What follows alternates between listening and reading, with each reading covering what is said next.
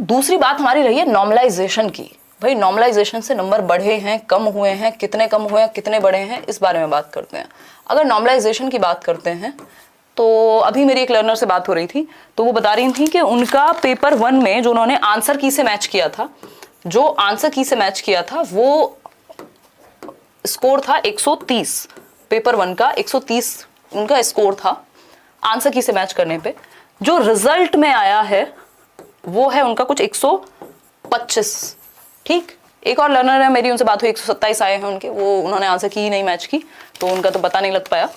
तो अगर हम देखें तो 5 नंबर कम हुए हैं।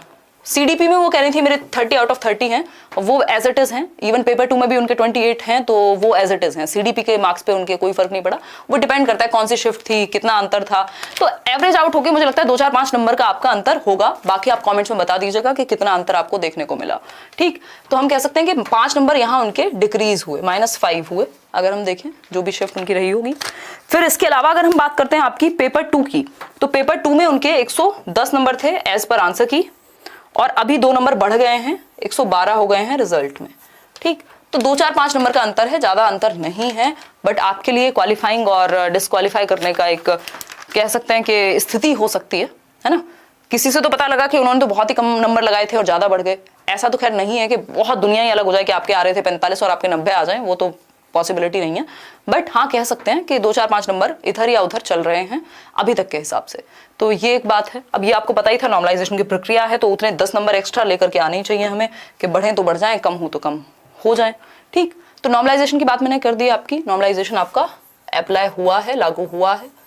कितना अंतर पड़ा है आप अपने आप से बताइएगा कॉमेंट्स में। इसके अलावा सर्टिफिकेट आपका 1 आध हफ्ते में आ जाएगा। ठीक, ये एक्चुअली रिजल्ट जो है लेट हुआ ही नॉर्मलाइजेशन के चक्कर में है, नहीं तो कोई और रीजन था ही नहीं। और ये रिजल्ट अभी आना भी था। नेचुरली जब उनको रिजल्ट देना था उन्होंने तभी रिजल्ट दिया है। चाहे आप कुछ भी करिए, जो लोग बाकी तरीके के काम कर रहे हैं कि भाई यहाँ जाएं वहाँ जाएं, ये करें वो करें, ट्विटर चलाएं, फलाना करें, ये नेचुरली रिजल्ट अभी आना ही था, उसी वजह से आया है। ठीक, तो अगर हम सर्टिफिकेट की बात करें तो आप डाउनलोड कर लेंगे डिजिलॉकर ऐप से। और कोई बात आपको लग रही हो तो आप बता दीजिए। जिनका भी अगर आपको रिजल्ट भेजना है, आपका जो भी रिजल्ट आया है या कोई भी क्वेरी है, तो आप कमेंट्स में पूछ लीजिएगा। मेरी पूरी कोशिश रहेगी कि आपके साथ मैं जुड़ूं। रिजल्ट अगर आपको ईमेल करना है तो आप ईमेल कर सकते हैं, या कोई भी और भी क्वेरी है अगर सीटेट के रिगार्डिंग, himanshi.edu, एजुकेशन का edu@gmail.com। अच्छा, ये मत सोचिएगा लोग ज्यादा फेल हुए हैं इस बार, रिजल्ट बल्कि अच्छा है। 30% पास होने का मतलब समझ रहे हैं आप। नोटिस में दे दिया है कि जो 2021 का दिसंबर का सीटेट था वो आपका हो गया है रिजल्ट आउट। नॉर्मलाइजेशन के बारे में यहाँ कोई बात नहीं हुई, बट नॉर्मलाइजेशन लगा है, फॉर श्योर लगा है। अगर हम बात करते हैं तो कह सकते हैं कि 14,95,000 लोगों ने, मतलब 27 लाख 73,000 ने पेपर दिया, और कुछ 6.5 लाख के आसपास लोग पास हुए हैं।